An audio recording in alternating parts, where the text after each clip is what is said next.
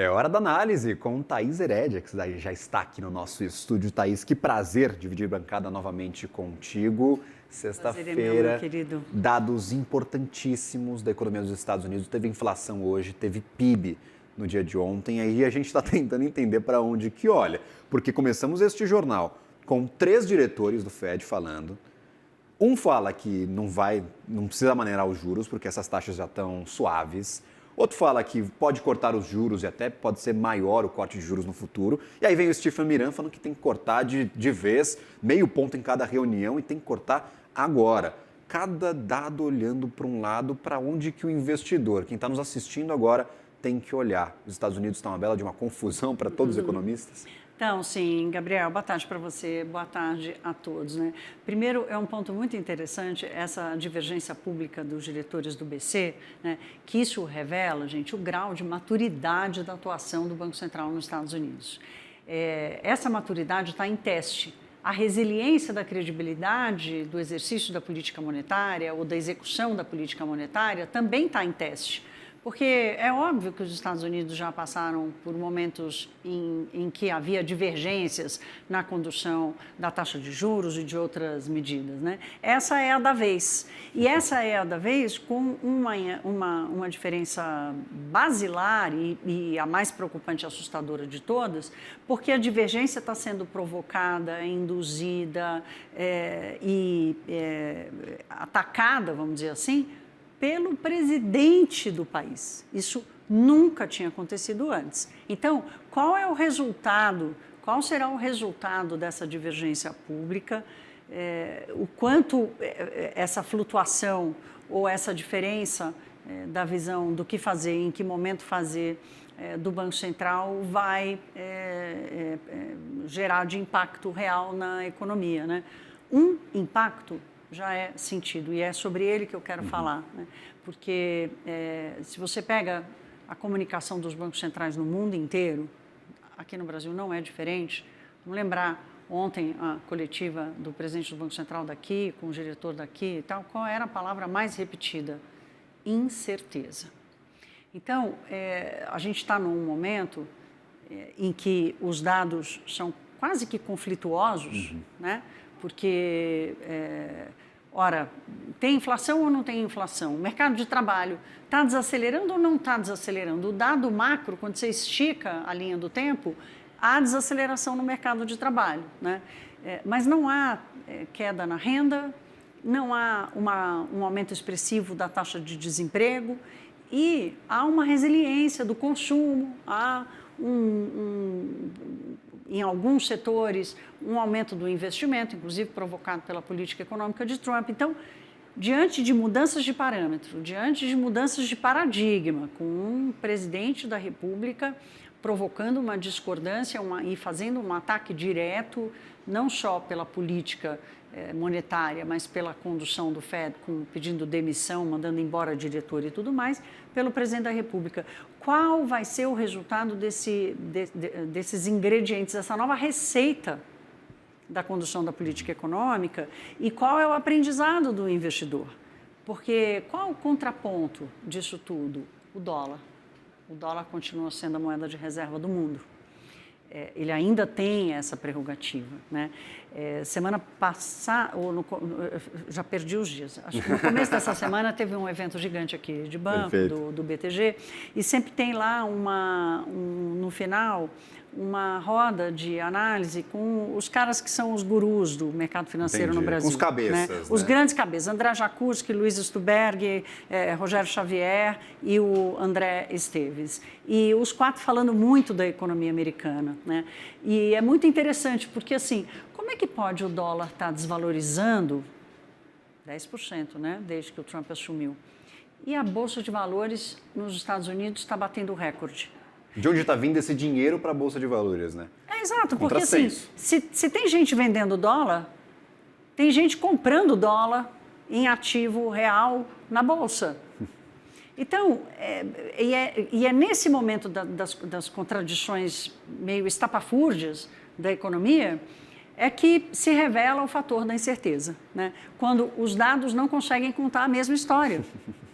E assim, por que não conseguem contar a mesma história? Porque há uma incerteza. E quando o clima é de altíssima incerteza, o que faz o capital? O capital vai testando o próximo porto, testando o próximo porto seguro. Eu recebi hoje mais cedo, né, de um economista grande aí do mercado, me mandou um dado para me chamar a atenção, que mostra a composição das reservas dos bancos centrais. Os bancos centrais têm reservas internacionais, né? O nosso também tem. Todos os bancos centrais do mundo têm. Da Argentina, mais ou menos, está tentando. Mas, enfim, é uma premissa dos bancos centrais terem reservas internacionais.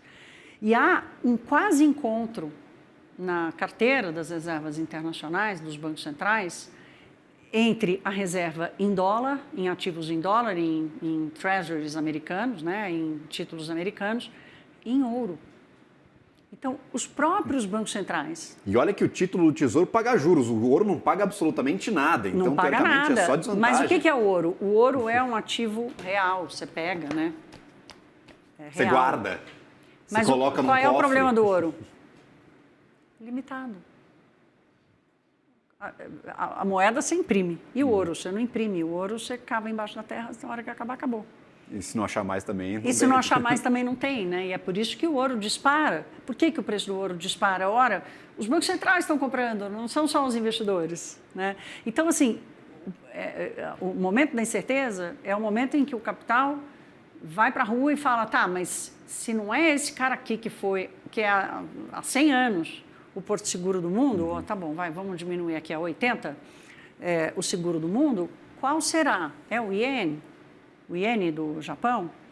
É o renminbi da China? Vou comprar o yuan lá na China, que nem a conta de capitais é aberta. Não tem conta de capital aberta? É o euro? É o franco suíço? É a coroa norueguesa, uma das economias mais estáveis hoje no mundo? Então, por enquanto, tudo indica que comprar ação das As sete magníficas. As sete magníficas, eu quase misturando magnífica com Magnitsky. As 7 magníficas, ou as 10 magníficas, as 10 maiores companhias, ou tudo que tiver ligado à inteligência artificial é o hype. Então, sai de onde você está, procura um novo porto seguro, mas olha, não tem como descartar as empresas americanas. E é por isso que o dinheiro continua indo para lá. Então, é um momento de, vamos dizer assim, de dança das cadeiras com uma música doida. E não tem ritmo, e cada um anda para um lado. E aí, na hora que a música parar de tocar, é que a gente vai entender quem ficou sentado e quem ficou de pé. Ah, Thaís, mas quando que a música vai parar de tocar? Calma, né, bem? Calma. Essa resposta é dificílima. Exatamente.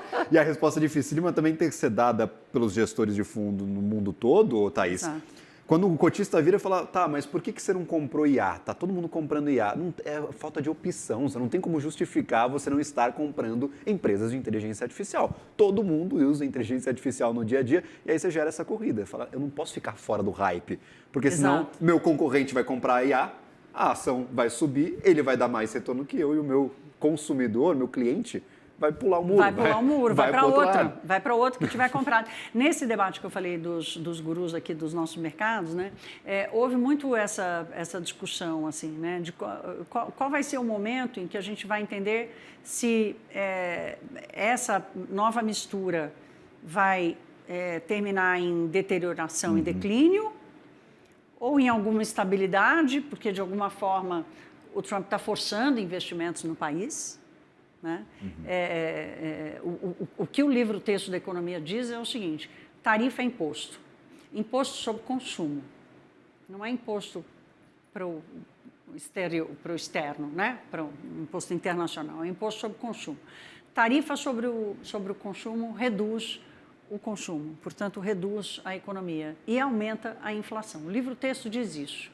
Quando que ela vai acontecer? Quando as empresas não conseguirem mais equalizar parte desse novo custo, reduzindo margem, reduzindo investimentos para não repassar isso para o consumidor, né?